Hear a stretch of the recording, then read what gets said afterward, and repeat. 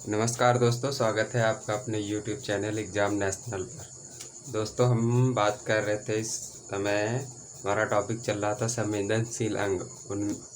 दो हमारे संवेदनशील अंग हो चुके थे। आज हमारा तीसरा संवेदनशील अंग है जिसका नाम है त्वचा।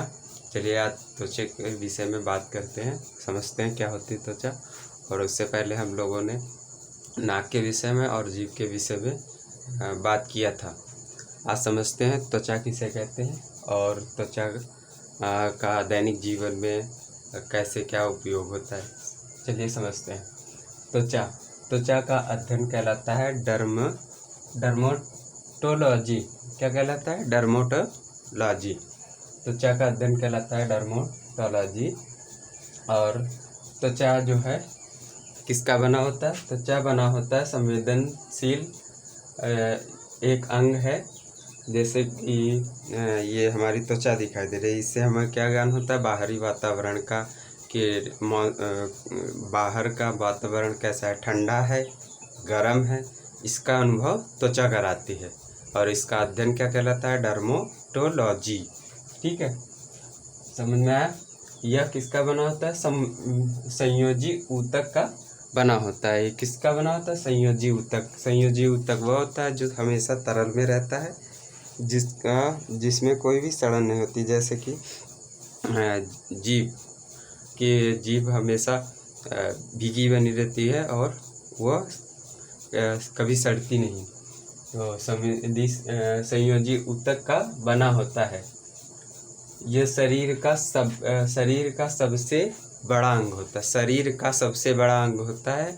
और शरीर में सबसे बड़ा अंग अगर पूछा जाए, ये क्वेश्चन पूछा जाता है अक्सर एग्जाम में कि शरीर का सबसे बड़ा अंग कौन सा होता है, तो ये त्वचा होता है। आपको क्या बताना होगा? त्वचा शरीर का सबसे बड़ा अंग होता है। और शरीर में सबसे बड़ा अंग कौन सा होता है? जो लीवर होता है, जो आपके पेट के अंदर होता है।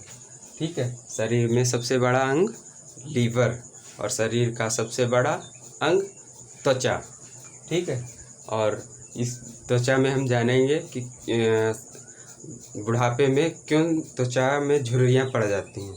ठीक है, इसी टॉपिक में हम समझेंगे कि बुढ़ापे में झुर्रियाँ क्यों पड़ जाती हैं त्वचा के ऊपर। ठीक है, आगे चलते हैं, त्वचा के कार्य समझते हैं। त्वचा बेसिकली जो हमारी अल्ट्रावायलेट वेव होती है, जिन्हें यूवी कहते हैं, उनसे हमारी रक्षा करता है। कैसे रक्षा करता है कि जो भी यूवी सूर्य की किरणों से ये यूवी वगैरह निकलती हैं, तो उनसे हमारी रक्षा करता है, उनसे झुलसन से बचाता है। बेसिकली हमारी त्वचा पर क्या पाया जाता है? मेलानिन नामक एक तत्व पाया जाता है, जिससे हमारी यूवी से रक्षा होती है, सुरक्षा प्रदान करता है। मेलानिन नामक जो भी तत्व होता है, वह जिस व्यक्ति में ज़्यादा पाया जाएगा, वह उससे यूवी से क्या होता है? स्किन कैंसर जिसे कहते हैं, उससे रक्षा करता है। जैसे कि मेलानिन जितना ज़्यादा अधिक होगा, उसको स्किन कैंसर होने की संभावना उतनी ही कम होगी। इसकी पहचान कैसे करते हैं? जिसके अंदर मेलानिन नामक तत्व सबसे अधिक होता है, उसका रंग जो है सबसे अधिक गाढ़ा होता है, यानी कालापन होता है। ठीक है, और ये जो है यूवी किरणों को अवशोषित करता है। ठीक है, और कीटाणुओं से कैसे रक्षा करता है? जैसे हमारे बाहरी वातावरण से जो भी कीटाणु हमारे स्किन पर आते हैं, लाइसोजाइम नामक एंजाइम उपस्थित होने के कारण वहाँ पर जो भी कीटाणु हैं वो नष्ट हो जाते हैं। ठीक, अगला देखते हैं, विटामिन डी। सूर्य से जो हमारे कहते हैं कि सूर्य के किरण प्रकाश से हमें विटामिन डी की प्राप्ति होती है। वो भी मेलानिन नामक के तत्व होने के कारण जब हमारी स्किन पर सूर्य की किरणें पड़ती हैं तब उसके बाद वो विटामिन डी में कन्वर्ट करता है और हमें विटामिन डी की प्राप्ति होती है। अब अगला क्या है इसका कार्य, शरीर का तापमान। शरीर का तापमान, मनुष्य एक समतापी, मनुष्य का जो नेचर है वो समतापी है।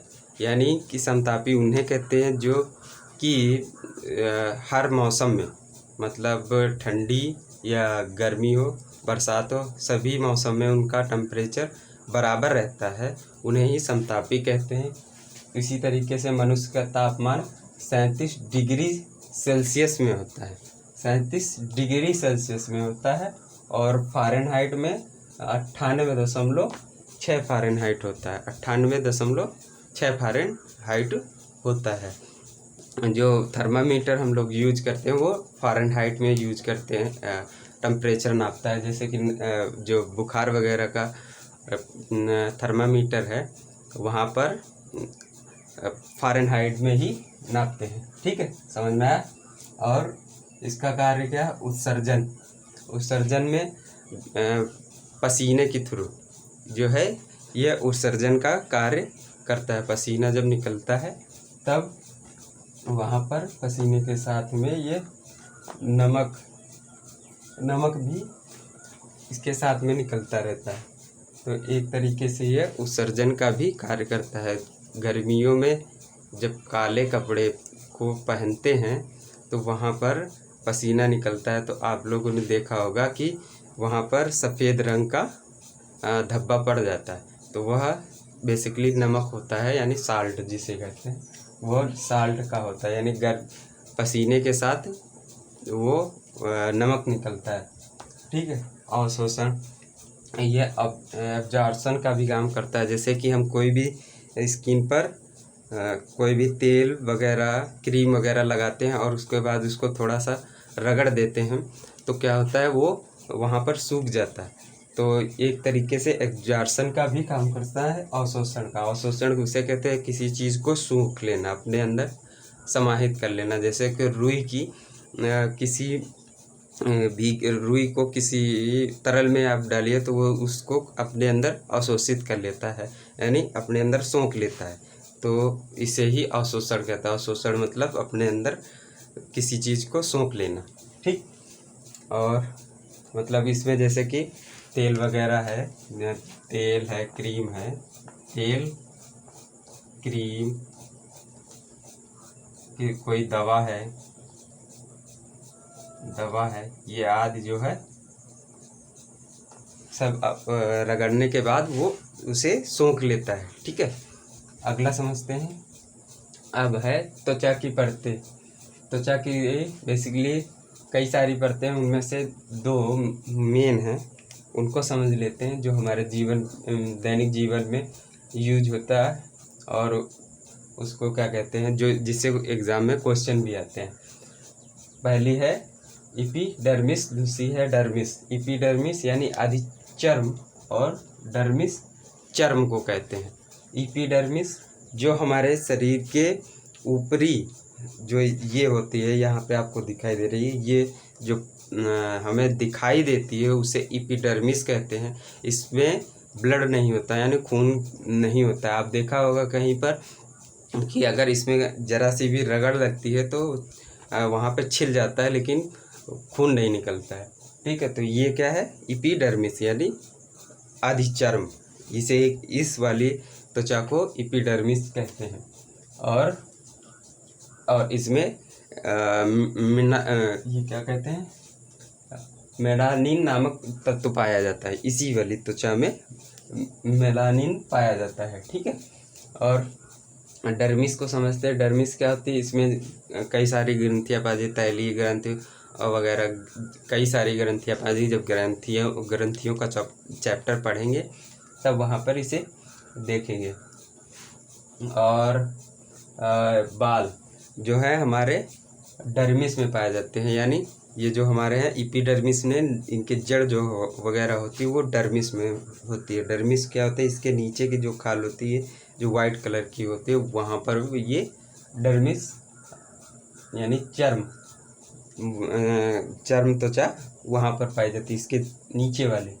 और रोएं जो हमारे शरीर पर ये रोएं होते हैं, यहाँ पर ये भी डर्मिस में पाए जाते हैं।